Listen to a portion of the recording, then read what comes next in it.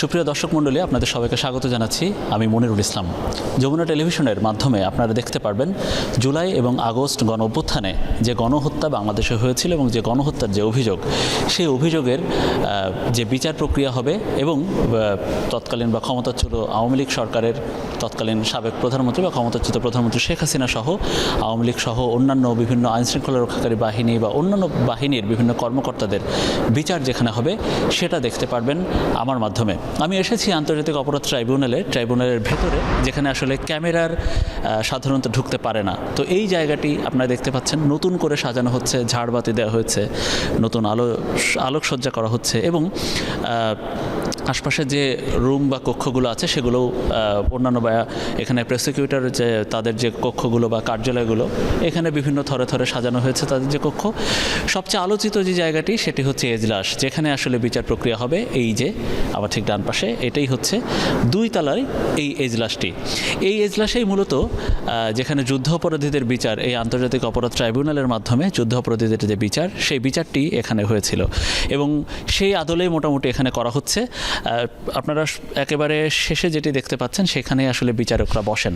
তার আগে আমি একটু দেখাতে চাই যেখানে আসলে আলোচিত বা যেখানে আসলে আসামিদেরকে আনা হবে। এই যে গ্লাস দিয়ে এই জায়গাটি ঘিরে রাখা হয়েছে, নিচে কাঠ, উপরে গ্লাস, আসলে যাতে আসামিরা তাদের কোনো প্রতিক্রিয়া বা এখানে কোনো বিশৃঙ্খলা না করতে পারে বা চিৎকার চেঁচামেচি করলে কোনো সমস্যা না হয়, সেক্ষেত্রে বা নিরাপত্তার জন্যেও এখানে গ্লাস দিয়ে মোটামুটি ঢেকে দেওয়া হয়েছে। এই যে আসামিদের রাখার যে জায়গাটি, এখানেই আসামিরা থাকবেন।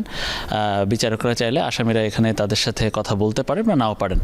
আর এই যে সোফাগুলো দেখছেন, এখানেই আইনজীবীরা বসবেন, সাংবাদিকরা বসবেন, যদি এদের আত্মীয় স্বজন থাকে, আসামিদের আত্মীয় স্বজন বা এখানে যারা সাক্ষী হিসেবে আসবেন বা মামলার বাদী যারা আছেন, অভিযোগকারী, তারা এখানে বসবেন। আর মূলত যেটা হয়ে থাকে যে এই পাশে এই যে সোফাগুলো দেখছেন, এখানে সরকারি কৌশলী অর্থাৎ প্রসিকিউটররা বসবেন, যারা আসলে এই গণহত্যার অভিযোগ নিয়ে যারা কাজ করবেন, অভিযোগের পক্ষে যারা কাজ করবেন, তারা এখানে বসবেন। আর এই পাশে আসলে অন্য পক্ষ বা বিবাদী পক্ষ তারা বসবেন। আর আমার এই যে এই এজলাস কক্ষের ডান পাশের যে এটি রয়েছে, কাঠ গড়া রয়েছে, ছোট্ট একটি কাঠ গড়া এখানে করা হয়েছে, যেটা যুদ্ধাপরাধ বিচারের যে প্রক্রিয়া যখন হয়েছিল সেটাও এখানে ছিল। এখানে সাক্ষীরা সাক্ষ্য দিবেন, আসামিরা কথা বলতে চাইলে এখানে এসে কথা বলবেন এবং এখানেই মূলত কার্যক্রমটি হবে। আর এই যে বাম পাশে, এখানে ট্রাইব্যুনালের যারা কর্মকর্তা থাকবেন,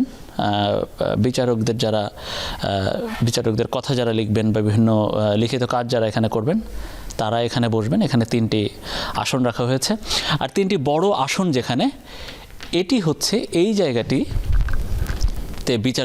বিচারপতিরা বসবেন। ট্রাইব্যুনালের চেয়ারম্যান যিনি, তিনি মাঝখানে বসবেন, অন্য 2 বিচারপতি তারা তাদের এই 3 জন বা কখনো 2 জন তাদের দিয়ে যে বেঞ্চ গঠন হবে, তারা এখান থেকে বিচার কাজ পরিচালনা করবেন। আমরা যে মঞ্চ, বিচারপতিদের যে মঞ্চ, সেখান থেকে একটু দর্শক সারি বা হচ্ছে অন্যান্য সারি বা সামনের বিচারকদের জায়গা থেকে সামনের যে সারিটা কেমন দেখা যায় সেটা একটু আপনাদের দেখাচ্ছি।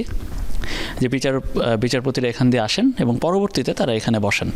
দর্শক, আপনারা দেখছেন আন্তর্জাতিক অপরাধ ট্রাইব্যুনালের এজলাস। এই এজলাসটিতে আরেকটা জিনিস দেখায়, এখানে তো সাধারণ মানুষরা বসবেন, আইনজীবীরা বসবেন। আমার হাতের ঠিক আরও এই যে পুরো ডান পাশে উপরে একটা জায়গা আছে, যেখানে কোনো পর্যবেক্ষক বা সাধারণ মানুষ যারা কেউ যদি আসতে চান, পর্যবেক্ষক হয়ে আবেদন করে বা অনুমতি নিয়ে তারা এখানে এসে বসতে পারবেন। এই জায়গাটি, এটা যুদ্ধাপরাধী বিচার যখন হয়েছে তখনও এখানে ছিল, পর্যবেক্ষক ছিল বা অন্যান্য যারা আসতে চেয়েছিলেন এখানে এসেছিলেন। এখানে প্রসিকিউশনের মাধ্যমে বলা হচ্ছে যে সাধারণ মানুষ চাইলে এই বিচার প্রক্রিয়া তারা দেখতে পারবেন, তাহলে তাদেরকে অনুমতি নিয়ে আসতে হবে, তবে মোবাইল নিয়ে ভেতরে আসা যাবে না বা কোনো ধরনের ক্যামেরা নিয়ে ভেতরে এই এজলাসের ভেতরে প্রবেশ করা যাবে না।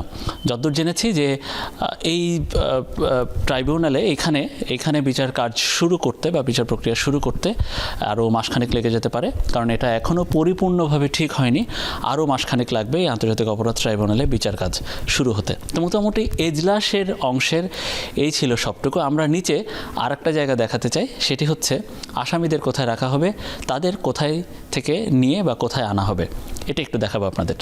আন্তর্জাতিক অপরাধ ট্রাইব্যুনালের নিচতলায় এটি, নিচতলায় এই অংশ থেকেই মোটামুটি ক্যামেরা বা সেই ঢোকা আসলে নিষেধ হয়ে যায়। এই যে দূরে আমার যেখানে দেখতে পাচ্ছেন ওই যে দেয়ালটা, ওইখানে সাংবাদিকরা দাঁড়িয়ে থাকেন, এইখানে আসামিদেরকে নামানো হয় গাড়ি থেকে এবং পরবর্তীতে এই সিঁড়ি দিয়েই আসামিদেরকে তুলে এই রাস্তা দিয়ে আমরা দেখেছিলাম যে এইখানেই সেই হাজতটা ছিল, সেই হাজতটা এখানেই রাখা হয়েছে। আমরা তৎকালীন বিএনপি জামাত নেতা যাদেরকে এখানে রাখা হতো তাদেরকে এই যে এইখানে রাখা হবে। শিক, লোহার শিক দিয়ে মোটামুটি আবারও রং করে ভালো করে এই জায়গাটি করা হয়েছে এবং জব্দ করে করা হয়েছে। এই জায়গাটি যুদ্ধাপরাধের বিচার যখন মোটামুটি শেষ হয়ে গিয়েছিল, তারপরে মোটামুটি একটু ধুলার আস্তরণ পড়ে গিয়েছিল, অনেক অংশ ভাঙা হয়ে গিয়েছিল, ভেঙে চুরে গেছিল। সেই জায়গাটি মোটামুটি ঠিক করা হয়েছে। এখানেই এটাই হচ্ছে মোটামুটি গারদখানা, আসামিদের জন্য একটা বেশ সুন্দর বা ভালো রকমের একটি ওয়াশরুম বা বাথরুম করা হয়েছে, এখানে টয়লেটের ব্যবস্থা করা হয়েছে মোটামুটি। আর উপরের যেটি, এটা সিসিটিভি দিয়ে ঘিরে রাখা এবং উপরেও ছোট ছোট লোহার শিক দিয়ে এই জায়গাটি করা হয়েছে এবং আসামিদের যাতে গরম না লাগে সেই জন্য ফ্যান দেওয়া হয়েছে এই হাজতখানার মধ্যে। এটি হচ্ছে নিচতলার একটা আকর্ষণ। তো যখন আসলে বিচার কাজ শুরু হবে তাদেরকে আসামিদেরকে শুরুতে এইখানে এনে রাখা হবে, পরবর্তীতে তাদেরকে আসামিদেরকে এখান দিয়ে নিয়ে এজলাসে নিয়ে যাওয়া হবে বা তাদেরকে যখন নেওয়া হবে এই সিঁড়ি দিয়েই 2 তলাতে নেওয়া হবে এবং ইতিমধ্যে 2 তলার যে কার্যক্রম যেখানে হবে এজলাস যেটি হবে সেই জায়গাটি আপনাদের মোটামুটি দেখিয়ে দিয়েছি। অবশেষে আনুষ্ঠানিকভাবে শুরু হচ্ছে আন্তর্জাতিক অপরাধ ট্রাইব্যুনালে জুলাই আগস্টে গণ-অভ্যুত্থানে বা আন্দোলনের সময় নিহত বা গণহত্যা বিচার। ইতিমধ্যে আন্তর্জাতিক অপরাধ ট্রাইব্যুনালের এই যে মূল যে ভবন, সেই মূল ভবনের কারুকাজ বা অন্যান্য আনুষঙ্গিক কাজ বা এটা সংস্কারের কাজ ইতিমধ্যে শেষ হয়েছে। প্রস্তুত এজলাস, প্রস্তুত আসামিদের হাজত বা গারদখানা যেটি বলে সেটি।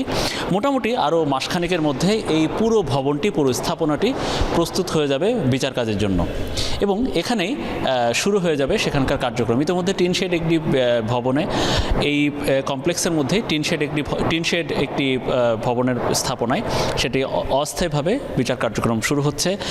সোমবারে অর্থাৎ আগামীকাল সোমবারে এই অপরাধ ট্রাইব্যুনালের ইতিমধ্যে যাদেরকে এই গণহত্যার অভিযোগে আটক দেখানো হয়েছে বা গ্রেফতার দেখানো হয়েছে সেসব হেভিওয়েট বা গুরুত্বপূর্ণ আসামিদের 14 জনকে এই অপরাধ ট্রাইব্যুনালে হাজির করা হবে সোমবার সকালে এবং তাদেরকে হাজির করার মধ্য দিয়ে একটা বড় ধরনের ঘটনা বা বিচার কাজ শুরু হওয়ার যে প্রক্রিয়া সেটি শুরু হবে এই অপরাধ ট্রাইব্যুনালে। মনিরুল ইসলাম, যমুনা নিউজ, ঢাকা।